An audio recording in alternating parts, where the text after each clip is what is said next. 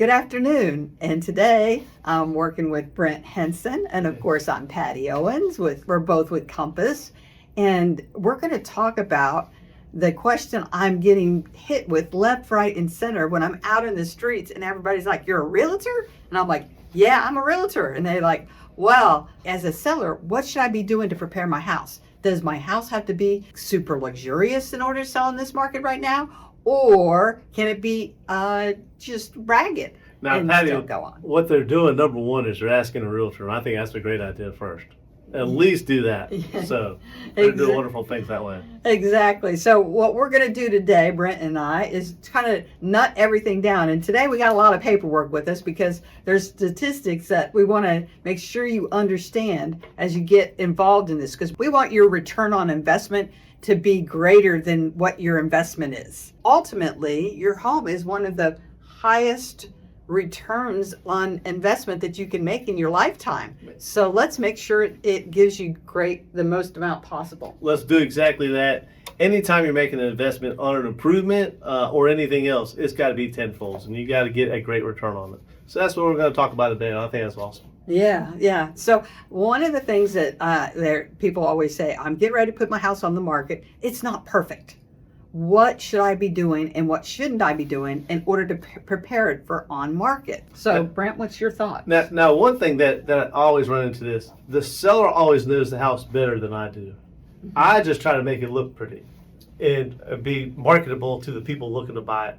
The seller always knows more. They know where it creaks and where it doesn't. As a realtor, you just want to get as many people into it as possible, which makes it, want to make it look great on the outside.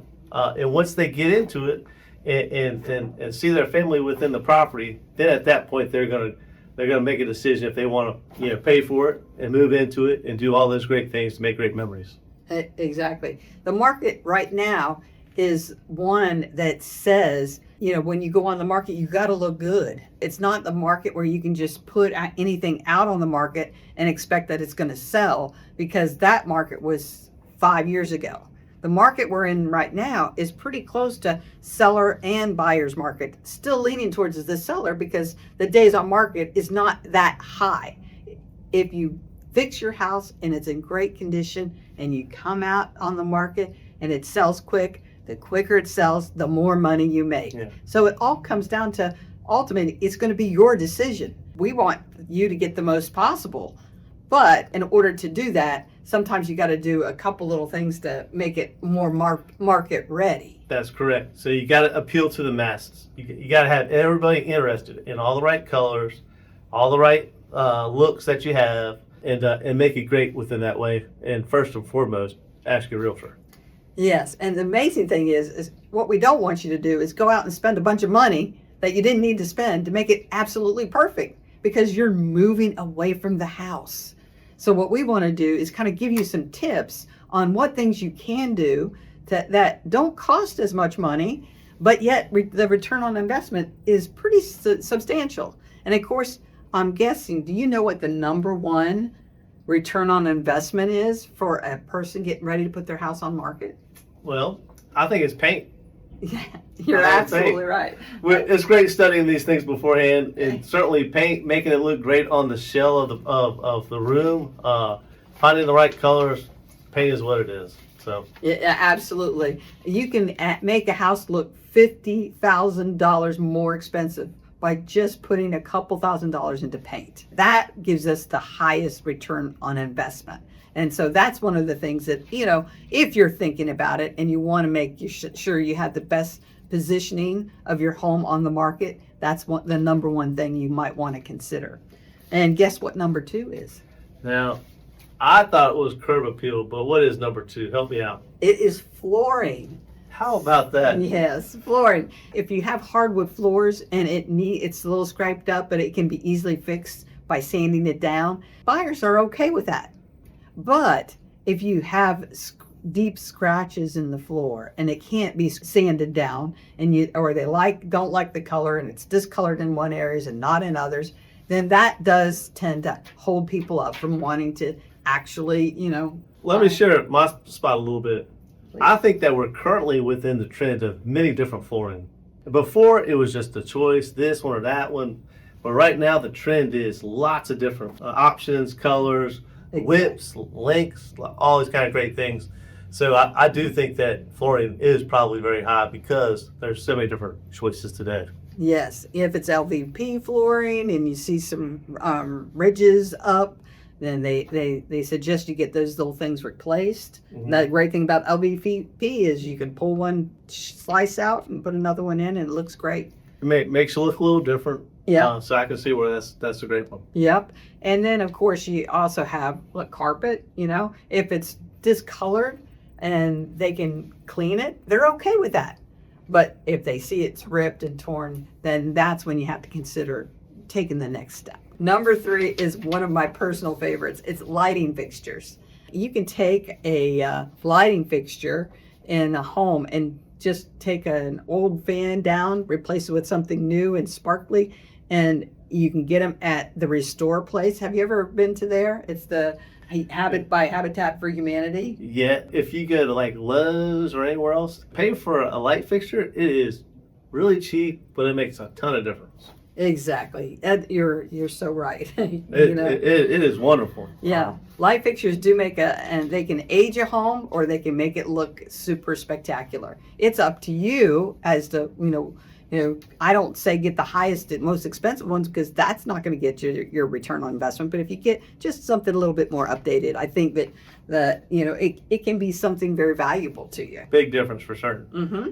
Number 4. Number 4, huh? Yeah. This is the one I started with, I think. The curb appeal, right? No, not there. We're not there yet. We're at a kitchen. Okay. Should I do a full bottle?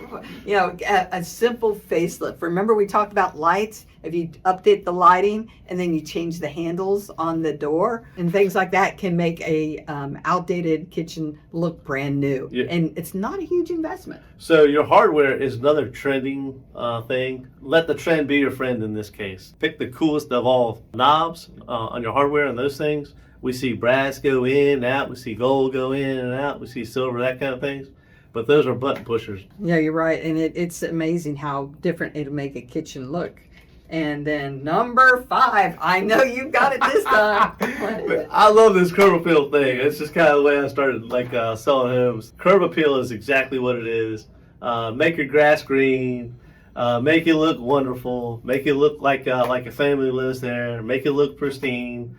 Maybe that's where I spend a lot of my time, or the place that I like to be. But curb appeal is what it is. And bushes, fresh flowers, that makes it look more homey. But the most important thing is that you missed. What's that?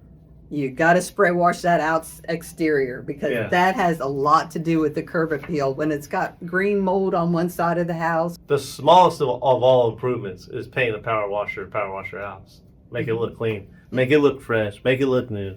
And it does wonderful. Yeah, it's amazing how much that investment will make on your return because that is the first thing that the buyer sees before they walk in the door. So that's your first impression. You want it to be as crisp, as clean, and as pretty as you possibly can make it.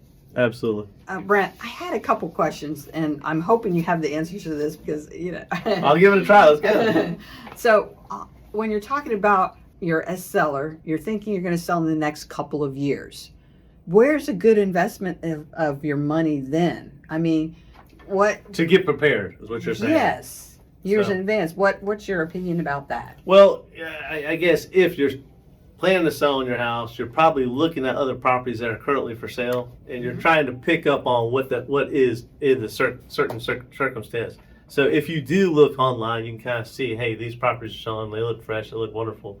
That's kind of where I might start. But I may or may not. Well, again, I would ask my realtor, hey, what do I think? In the next 5 years, where do I need to do? I printed off a great sheet. I thought that you guys would find interesting. This is great information. And it's basically comes down to what projects can you put into play that you can enjoy now and still have it, what's the return on investment in the long run.